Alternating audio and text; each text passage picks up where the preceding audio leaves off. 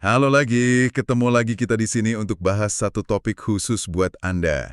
Kali ini kita mau angkat cerita yang lagi lumayan rame ya, soal dua guru di Luwu Utara. Namanya Pak Rasnal dan Pak Abdul Muiz. Nasib mereka ini kan baru aja berubah drastis ya. Presiden Prabowo Subianto merehabilitasi nama baik mereka. Itu tanggal 12 November 2025 kemarin. Anda mungkin ingat kasusnya? Mereka ini kan sempat dihukum ya, gara-gara dugaan pungli dana non-bos tahun 2019. Banyak media bilangnya niat baik tapi malah berujung hukuman gitu. Iya ya, kasus yang cukup menyita perhatian memang, terutama setelah ada rehabilitasi dari presiden. Nah, tapi nih, di balik kisah kedua guru itu, ada satu nama yang mendadak jadi sorotan. Banyak dicari orang namanya, Faisal Tanjung. Kenapa dia? Ya karena menurut sumber berita yang kita pegang nih, dia itu salah satu aktivis LSM, Lembaga Swadaya Masyarakat, yang awalnya melaporkan kasus guru-guru itu. Betul, dan ini yang menarik, gimana fokus publik bisa bergeser gitu ya, dari kasus gurunya ke sosok pelapornya. Makanya, yuk kita juga telusuri lebih dalam. Siapa sih sebenarnya Faisal Tanjung ini? Berdasarkan info yang kita kumpulkan ya, terus rekam jejaknya gimana aja sebagai aktivis. Oke, boleh. Jadi kalau kita lihat alurnya lagi ya, kasus guru ini kan, Kita ulang dikit ya. Jadi ada laporan LSM soal dugaan pungli dana non-BOS. Itu dana bantuan di luar bantuan operasional sekolah ya, di SMA Negeri di Lutra tahun 2019. terus laporan itu lanjut ke proses hukum. Betul, ujungnya vonis pidana korupsi. Dari Pengadilan Negeri Masamba tahun 2021. Korbannya yaitu Pak Rasnal dari SMA 3 Lutra sama Pak Abdul Muiz, dia honorer di SMN 1 Lutra. Dan proses hukumnya panjang ya, sampai kasasi segala. Iya, mereka coba banding sampai kasasi ke Mahkamah Agung, tapi ditolak putusannya. Nomor putusannya 4265 KP SUS 2023 kalau nggak salah. Akibatnya cukup fatal ya buat karir mereka. Iya, sampai di PTDH, pemberhentian tidak dengan hormat oleh Disdik Sulsel. Baru deh setelah ada pengaduan ke Presiden, akhirnya nama mereka dipulihkan November 2025 kemarin. Nah, disinilah peran Faisal Tanjung sebagai pelapor itu jadi sorotan utama lagi gitu. Setelah rehabilitasi itu diberikan, orang jadi bertanya-tanya soal si pelapor ini. Oke, jadi siapa dia sebenarnya? Faisal Tanjung ini. Kalau dari sumber berita kita ya, lahirnya di Masamba, Luwu Utara. Pernah kuliah tercatat di Universitas Palupo. Terus udah menikah juga sekitar September 2021. Ada info soal organisasinya? Ada. Saat ini disebut jabatannya Wakil Ketua, Bidang Agitasi dan Propaganda di DPC GMNI Luwu Utara. GMNI itu Gerakan Mahasiswa Nasional Indonesia ya. Oke, aktivis mahasiswa berarti ya? Atau pernah aktif di situ? Kayaknya gitu. Nah, tapi ternyata aktivitasnya nggak cuma soal kasus guru tadi aja loh. Sumber kita juga nyatat rekam jejak lain dari Faisal Tanjung ini. Dia pernah laporin institusi lain. Oh iya, institusi apa tuh? KPU Luwu Utara, Komisi Pemilihan Umum Daerah. Dilaporin ke Bawaslu Lutra, Badan Pengawas Pemilu.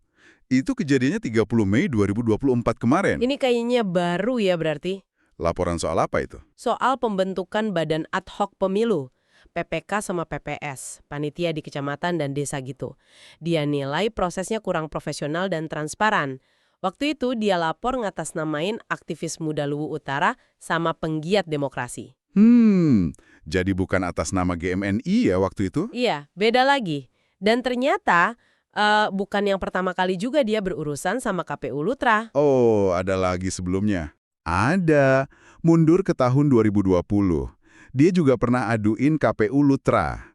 Waktu itu yang diaduin ketua KPU-nya, Syamsul Bahri, sama 4 anggotanya. Ke DKPP, Dewan Kehormatan Penyelenggara Pemilu.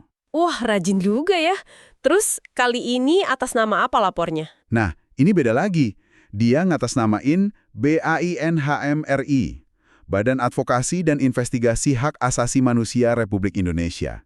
Menarik nih polanya, jadi afiliasinya bisa ganti-ganti ya tiap laporan? Iya, itu yang jadi catatan ya. Kasus 2020 itu soal apa detailnya? Kalau dari sumber kita, kasus 2020 itu aduannya soal dugaan pelanggaran aturan KPU, tepatnya PKPU 5 tahun 2020, terkait penyerahan hasil tes kesehatan salah satu calon bupati. Namanya M. Taharam. Faisal Tanjung anggap penyerahannya telat. Oke. Terus gimana tanggapan KPU waktu itu? Ada pembelaan? Ada. Waktu sidang DKPP akhir 2020 itu, KPU Lutra kasih penjelasan. Mereka bilang keterlambatan itu ada sebabnya. Si calon, Pak Taharum ini sempat sakit tanggal 9 September. Perlu dirawat di Makassar, jadi perlu koordinasi juga kan sama KPU Sulsel, KPU RI. Dan hasil tes awalnya juga katanya belum final. Belum ada kesimpulan MSTMS memenuhi syarat atau tidak. Jadi perlu pemeriksaan lanjutan. Jadi KPU ngerasa nggak telat gitu? Intinya gitu, mereka bilang Faisal Tanjung keliru menafsirkan jadwal. Jadwal penyerahan hasil dari tim pemeriksa ke KPU 11-12 September itu beda sama jadwal penyerahan ke Bapaslon, katanya. Jadi, ya ada dua versi cerita yang berbeda di kasus itu. Oke. Jadi kalau kita simpulkan dari info yang kita punya nih ya, Faisal Tanjung ini seorang aktivis dari Luwu Utara, aktif di GMNI. Namanya jadi dikenal luas karena perannya ngelaporin kasus guru yang akhirnya direhabilitasi itu. Tapi, di sisi lain, dia juga punya catatan beberapa kali melaporkan KPU Lutra. Dan tiap kali lapor, bisa pakai nama atau afiliasi lembaga yang beda-beda.